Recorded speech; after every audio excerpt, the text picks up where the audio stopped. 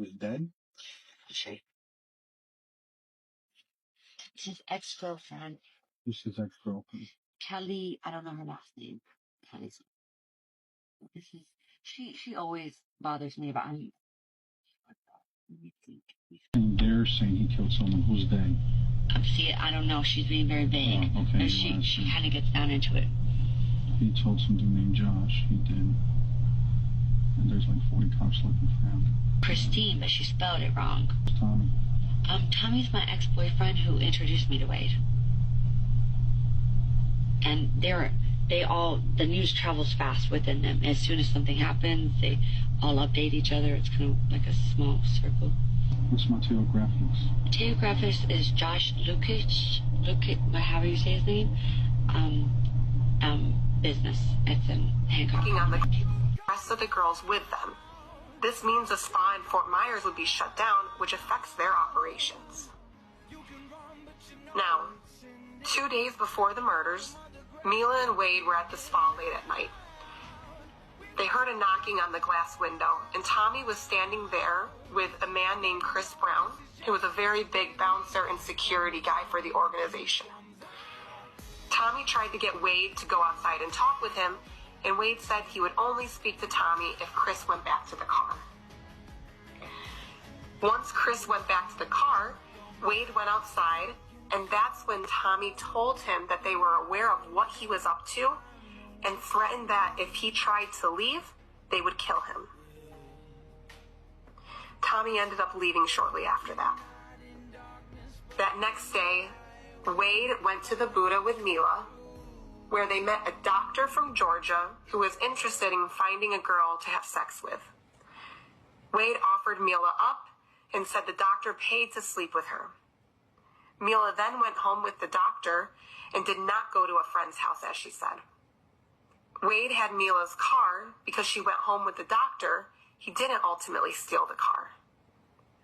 Wade met Christine that evening, and they went to Jason Shepard's house after they left the Buddha, which they had just met Jason that night.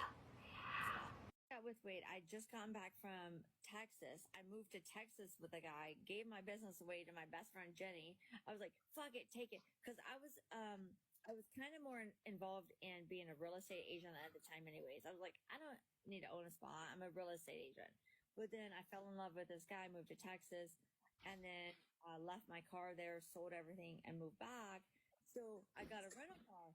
So it was a manual, like something he can drive, you know what I mean? A car he can drive. And so he was always surfing. Tommy brought him to my spa. That was another thing. I don't know how much I'm allowed to speak with criminal kind of stuff. Tommy pulled up. I think Tommy was kind of cheating on me with this other girl at the time, because when I was dating, I left Tommy for a different guy that used to be a rock star in the 80s. So he said, I'm going to be on the Monsters of Rock cruise, and will you come to Fort Lauderdale? And I went to that. When I went to Fort Lauderdale, he was the artist there. He had the girl in my house. So when he brought Wade around, he was trying to reconcile with me.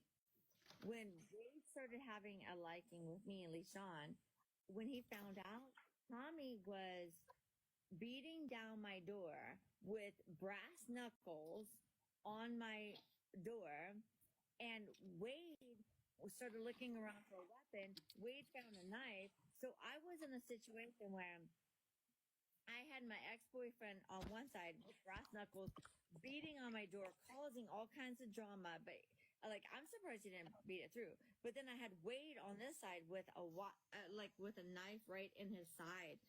So I'm like, okay, I'm thinking, if I let Tommy in, is Wade gonna stab him?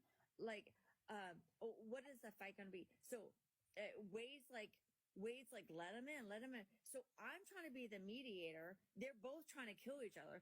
That could have been a fucking deadly day right there. We're friends first. That's how I met him. Nope. Once I got with Wade, everybody kind of looked at me like, what the fuck are you doing? Because have you ever met somebody that something's just not right with, and you don't exactly know what? This gut instinct, like he was just he's too perfect. Okay, yes, he's handsome, sweet, perfect, charming, funny, charismatic, blah, good and bad, all these things, and he's just too perfect. That's not okay. Usually guys like him are assholes. Okay, he wasn't, and that's what made him different and made something feel off. Like I knew I was 10 years older, but he he whined, dined, like made me feel like queen of the world, and I'm like, this is even my friends were always like, what's up with you? What do you want from my friend? Because, like, I know, like, I don't know, I'm not like severely ugly, but I didn't expect a 10-year younger guy that looked like that to like just be like obsessed with me. Obsessed. It's not just like me, obsessed with me. And so we're like, what's his deal, dude? And that was it. He saw a good thing. I owned a business. I had a cool car.